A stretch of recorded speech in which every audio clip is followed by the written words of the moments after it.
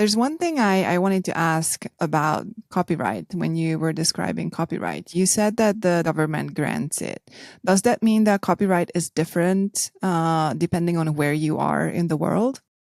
Yes, although there is a treaty, the Berne Convention, which keeps the various copyright laws at least compatible with each other, but there are pretty big differences between the United States and the rest of the world. But in all cases, I'm fairly certain that copyright tends to be a statutory, government-driven procedure. Now, I need to back up here because when I say that it's government-driven, the government doesn't actually have to do anything to create a copyright. As soon as you fix creative expression in a tangible medium, you have copyright in that. But if there wasn't a statute saying so, you might not have copyright in that. Whereas, for example, trademark exists anyways, don't need a statute. It's just part of general commercial law. There is a trademark statute, by the way, but if it went away, we would still have trademark protections. But if statutory protection of patents and copyright went away, we might not.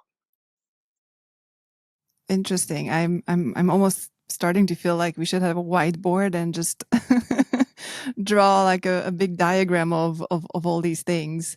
As someone who is, again, not a lawyer, I can see how, for example, when someone starts a new business or when someone, starts out in the field of software development and all of a sudden there's patents and there's copyright and there's licenses, it just becomes something that is a head scratcher. And then you go across either of the big ponds, and then the countries and continents have a very different approach in how they handle all these aspects of IP law, from copyright to trademarks to patents. And then I don't know if you had international cases.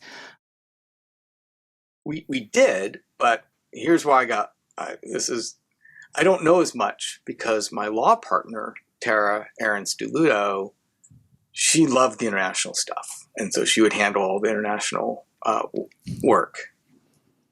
So I would refer anything like that to her.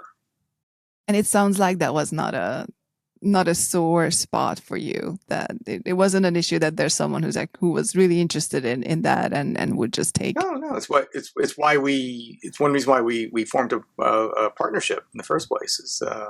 We were interested in the same things, but our skill sets didn't actually overlap that much. She did not, for example, like litigation, but she was an excellent negotiator. I watched the show Suits, and they do a lot of negotiation there. I don't know if it has anything that is even just in the same room as reality, but it sounds like that there's still a lot of work going into being able to do that negotiation.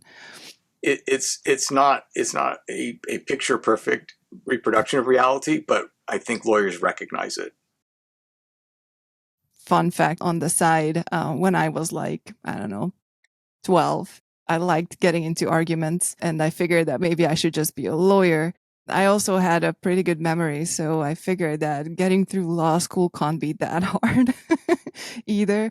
I chose a totally different path, but I had it in my mind at one point in life that, I will become a lawyer. It could have been, yeah. Memorization's important, at least for passing the bar.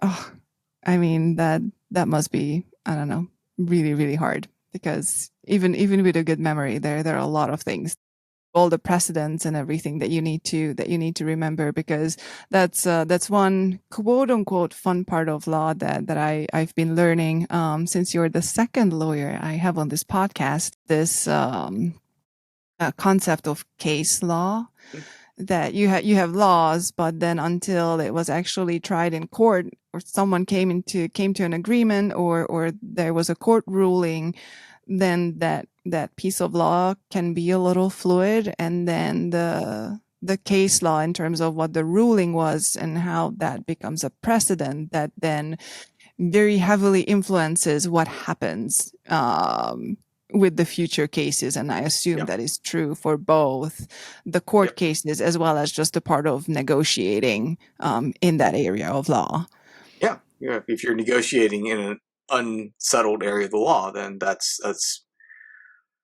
you have less you can rely on, but more you can ask for. Um, and then in fact, that was sort of give and take. The litigators would often be the ones who would keep up with the law. And I remember at Fenwick, we would then have a meeting with the patent lawyers once a month, and we would just tell the patent lawyers, so this is what interesting stuff we saw in the last month, so that the patent lawyers would know what they're dealing with. I thought that was cool because that was a way of keeping disparate parts of the firm talking to each other, and actually you actually get some, often with big firms, they're big, but you don't get all the benefit of the whole firm unless they're really good at communicating with each other. That's interesting, actually, because I used to work for Ericsson, which is a huge telecom vendor company. The company has what, over 100,000 employees. So guess what? You very often have no idea who your colleagues are, for the most part, if they work in a different country or even just a different floor. This challenge of communication was pretty tough, and just trying to even get some news item sort of all across the company was hard. And it's interesting to learn that these type of communication challenges and still having the desire to have this communication between departments in law firms is very similar. It sounds like that for you it worked well to give updates to other departments who were relying on that area to keep that communication going.